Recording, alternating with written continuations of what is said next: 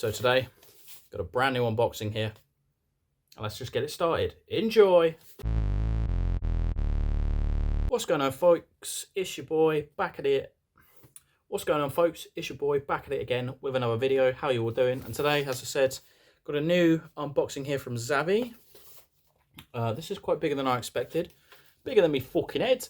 And yeah, this is some new limited editions which have come through the door, and I'm gonna work them up, bust them open for you. I'm gonna do this just in one video today because I feel like it's better to do it as a pair and not just individually. Let's see if we can get this open. There we go. Open it up. There you go. Two releases back to back, and they are. We have the Exorcist 2 and the Exorcist 3 limited edition. This is the new limited edition Blu-ray for the Exorcist 2 and the new limited edition 4K for Exorcist 3. Very happy to have these. Very happy to have both of the Exorcist, the whole franchise complete. Very happy to have this upgraded with the slipcover, which is nice because when I got into our video, I really liked this this artwork and I really wanted it with a slip, but I could never find it on the Blu-ray. So luckily they've obviously pronounced the 4K, so there it is. So yeah, it's obviously spooky season, and what a better time to be released. So yeah, this is obviously previously this has been released on Arrow as a Blu-ray, but this is a brand new release right there.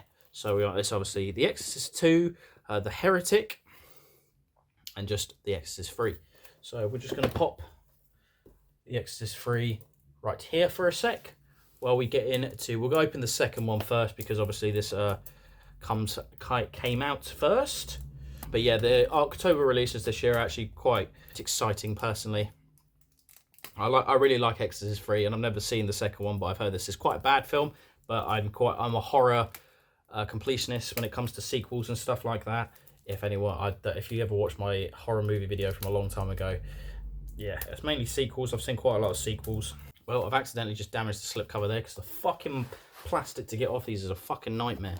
But there you go. There's the artwork for you there, which is very nice. Limited edition content and stuff like that, which I'll read out for you in a second after I take out the take off the slip. It's the same artwork there, so we'll open it up and see what we get.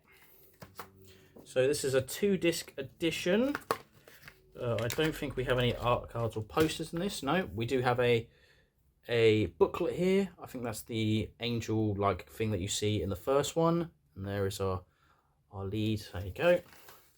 So the contents that come inside this: cast and crew, lights, outer and inner, the emulation of John Borman's The Heretic. That's by Glenn Kenny. The Glass Chamber by Alexander Helen Nicholas. A Tale of Two Heretics, Pierre Tillard de Chantlin, what a fucking name, and John Borman, Visionaries in Controversy. The photography of The Exorcist 2, and about the presentation and production credits on there. So we'll, so here you go. You've got this nice, like, pastel-y sort of colour there. It's probably not picking up very well on camera. That just sort of looks white, but there is a slight pinkish tint to it. Sorry if my camera does not pick it up, but you get obviously nice writing. Doesn't look too bad on there, not too bad on the eyes, which is quite nice. And obviously you get your stills and stuff like that in there as well.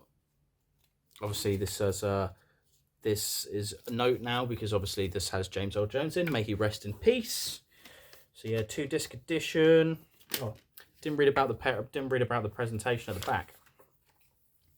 So about the presentation, both the original premiere version and international version of The Exorcist 2, The Heretic, is presented in their both original aspect ratios of 1.85:1 with original mono audio. The feature master was made available by Warner Brothers Entertainment. So yeah, nothing too spectacular about the release. But at the bottom it says, this release is dedicated to the memory of Lee Gambin, a one-of-a-kind film critic and historian who died while this disc was in production, a regular contributor to Arrow Video and many other labels around the world. His analytic joy, deep knowledge and passion for cinema was second to none and utterly infectious. His passing leaves a huge hole in the lives of all who don't know him. That's quite nice. So this is obviously dedicated to him, which is very nice. It's nice to have something like that at the bottom. So if I get out the two discs. So this one is like a closer look at the newly commissioned artwork, and this is like the original poster that you see. There you go. I've seen that poster quite a lot. So this is the international version.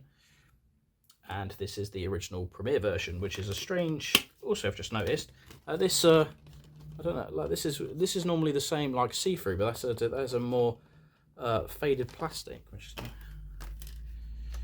very strange. Never seen that before with our video. So if we flip the artwork, and there you have. There you go. That's the reversible artwork there for you. If I slip the slipcover back on, and I will read the limited edition content. A high-definition 1080p Blu-ray presented for the original 118-minute premiere version and the 103-minute international version. Original lossless mono audio, optional English subtitles for the deaf and hard of hearing. Reversible sleeve featuring the original newly commissioned artwork by Peter Salavari. I don't know if that's how you say it. Illustrated collector's booklet featuring new writings by film critics Alexander Heller Nicholas, Glenn Kenny, and Matt Rogerson, plus an archival interview with the cinematographer William Fraker. Very nice. Disc 1, new commentary with film historian Lee Gambit, who obviously has passed away, and filmmaker David Kittedge, that's how you say it, director of forthcoming feature-length Exorcist 2 documentary Heretics. New audio commentary by screenwriter and author Kelly Goodner and film historian Jim Hepfield. Archival audio documentary with the director John Borman. Archival audio commentary with special consultant Scott Michael Bosco. It's Okay, He's Gone. A new visual essay by critics BJ and Harmony Kalengo. That's how you say it. Who Does She Remember? An archival interview with actress Linda Blair. Archival interview with editor Tom Pearsley. Theatrical trailer, teaser trailer, and extended image gallery. And disc 2, an archival audio commentary with film critic Mike White of the Projection Booth podcast and theatrical trailer. So not too many special features on the international version. So yeah, that is the Heretic, the second Exorcist. And there you go for you. And just another look at that, which is quite nice. And we might as well get into the Exorcist 3 while we're sat here. Might as well do a double unboxing. I'll watch both of them and I'll let you know how I feel about both of them. So obviously that one's a Blu-ray, this one's a 4K. This one also comes with 2 cuts of the movie like the original Blu-ray did, which is the theatrical cut and the Legion cut. So there you go. That's a better look at the artwork there. Very nice. I really do love this artwork. This is obviously of the Gemini Killer there with those horrendous shears. So if we bust it off, again, same artwork there as there at the back. We'll do the art flip first, which is yep, it's assuming the original poster. There you go. There's the original poster right there. That is not in properly. There you go. Very nice. There you go. Nice little booklet with the same artwork there, and the decapitated, well, the head of Jesus right there. So I'll read about the contents in this one.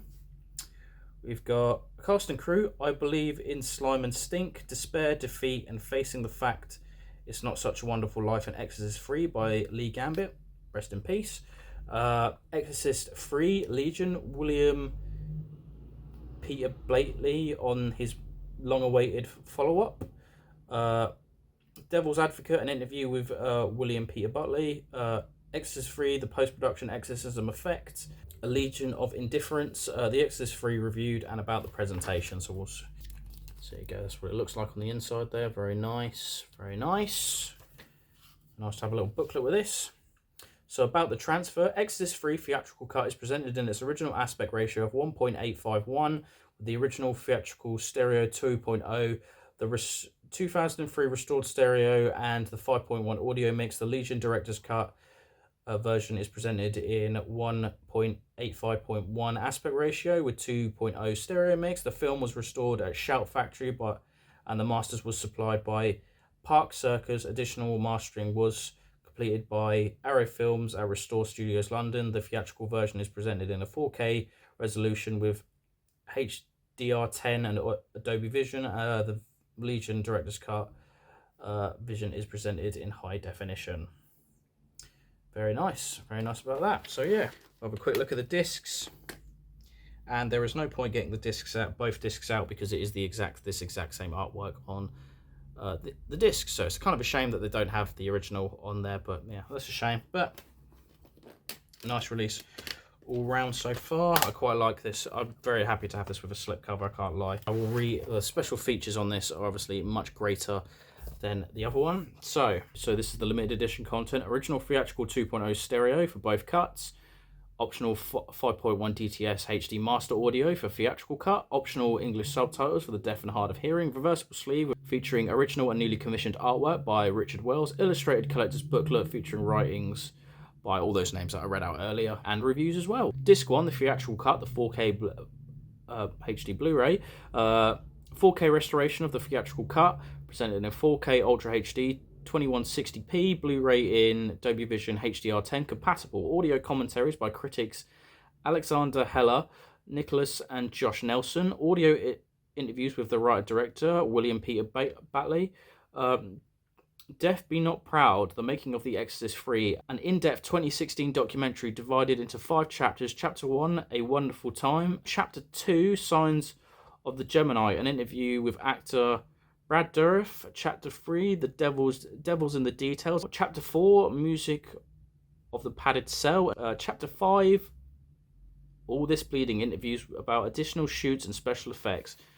So that's those 5 parts of that. Exorcist 3, vintage interviews, archival interviews with cast and crew members, including the director, producer James Robinson, actors George C. Scott, Jason Miller, Grandel Bush and Ed Flanders. Falling Down a Long Flight of Stairs, interviews with special effects artist Randy Moore. The Exorcist 3 vintage featurette, a making of documentary with on-set footage and interviews, deleted scenes, alternative takes and bloopers, image galleries, trailers, TV spots and radio spots. That's everything on the 4K disc right there. And on the Legion Director's Cut on the Blu-ray, a high-definition Blu-ray at 1080p presentation, assembled from the best available film and video elements. Legion audio commentary with assembled film critics Mark Commode and Kim Newman. Deleted prologue and alternative opening to the Legion with optional audio commentary from Mike Commode and Kim Newman, which is very nice.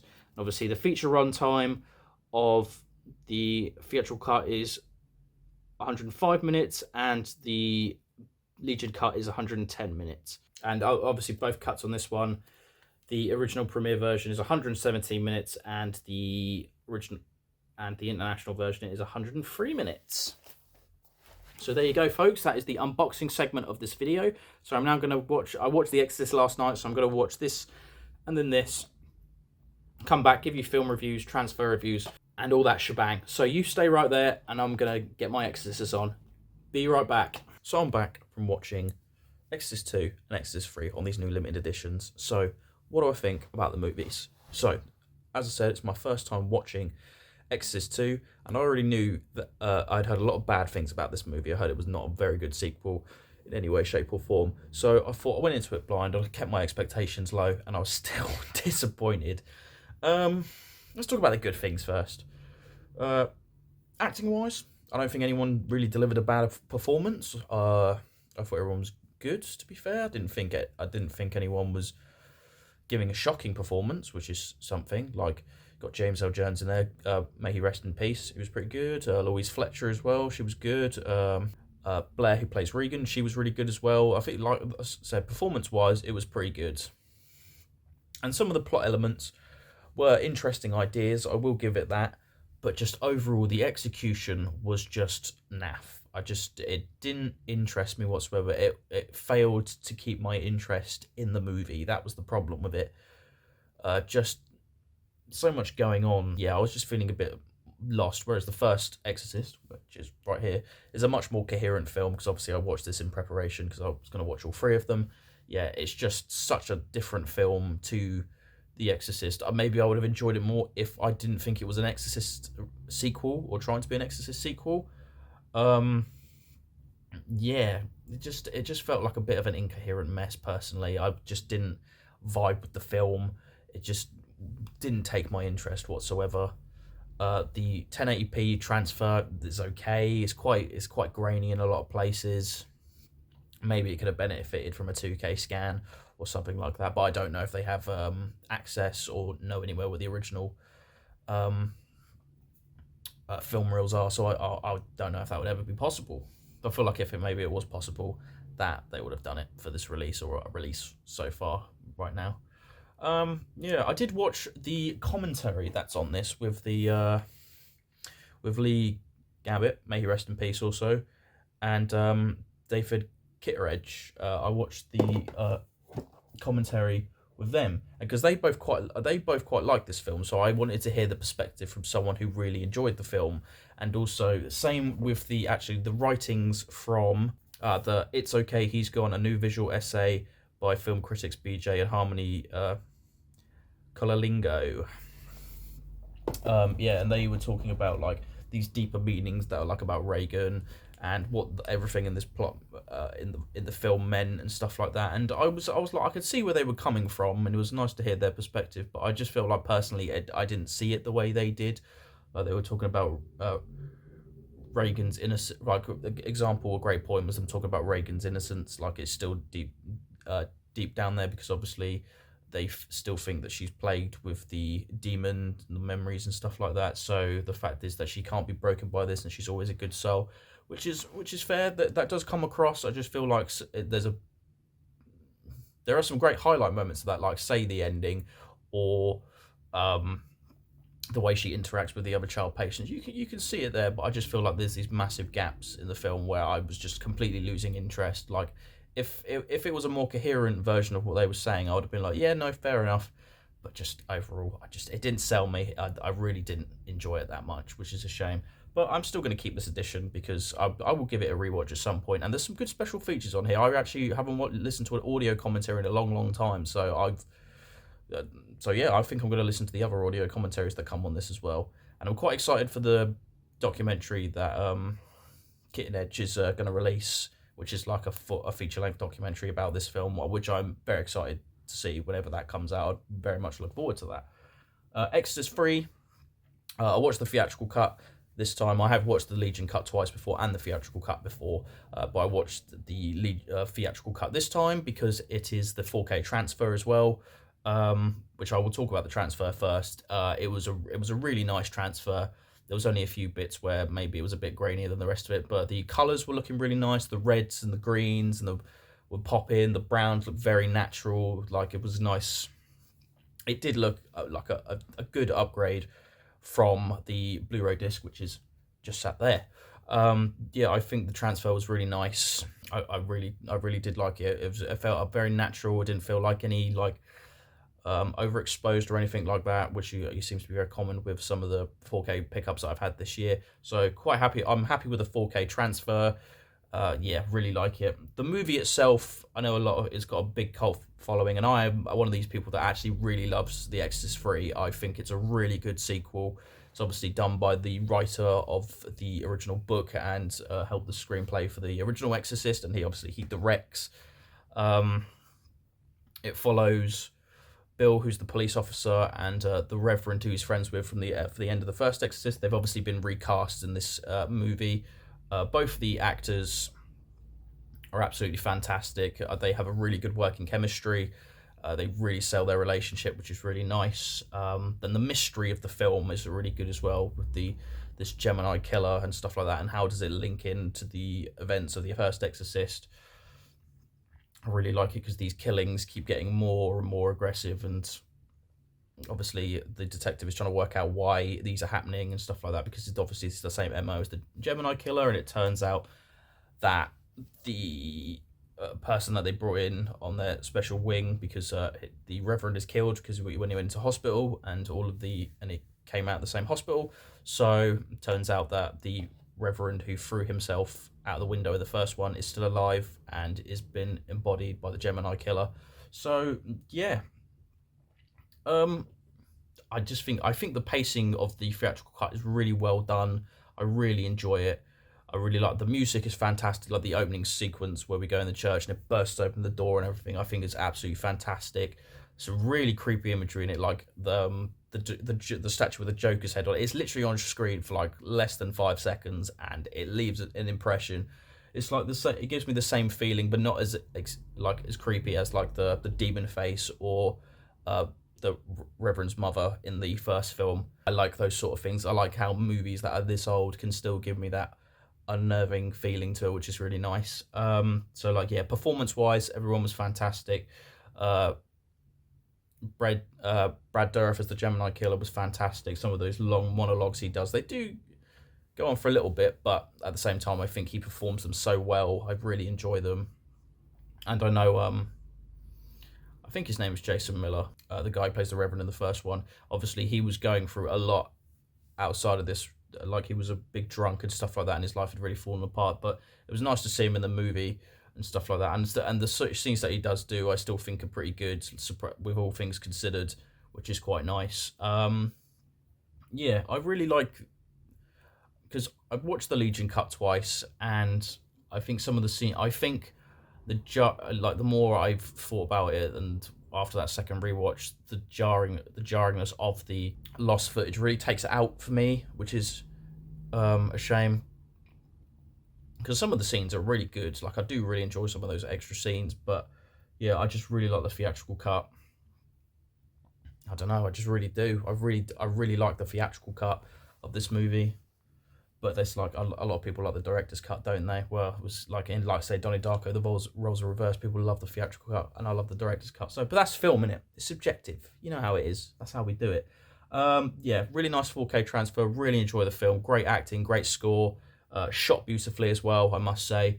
Yeah, some of the bonus features on this are really good. I sat down and I watched the 5-part documentary about The Exorcist 3. It was really interesting. Obviously, it's retrospective, but it's there's not a lot of drama sides of it, because obviously director had passed by this point, and Jason Miller had also passed as well. So yeah, it's mainly just Brad Dourif. A lot of the cast is not in this, like, apart from Brad Dourif. It was mainly more people behind the scenes, but I still quite like seeing the way that they've gone about making the film and learning about it and stuff like that, and how they made, like, the corridors look big, and all the, like, how they integrated the matte paintings and stuff like that, and how they came up with all the production design. I think it's a really nice documentary. I really enjoy it. It was really good. Yeah, I'm really happy with the this limited edition Blu-ray of The Exorcist 3. I think maybe I would have liked a poster, because I really like this movie. But obviously, this Exorcist doesn't come with a poster as well, so maybe I'm going to pick up a Exorcist 3, an Exorcist poster. But yeah, no. So that being said, guys, I think that is going to do it for me. Did you pick up these releases? What do you think about them? Are you a fan of either of these movies? Obviously, most people who love horror love The Exorcist, but fantastic movie. But let me know in the comments below. Have you picked these up? What do you think about them? So that being said, I hope you did enjoy. I hope you have yourselves a lovely evening. Hopefully your house is warmer than mine, because I'm very cold. That's why I'm wearing this. That's why I've changed into my lovely fluffy hoodie, as they call them. Yeah. But that being said, guys, hope you have a nice day, and I'll see you in the next video, whenever that'll be. Peace out. Goodbye.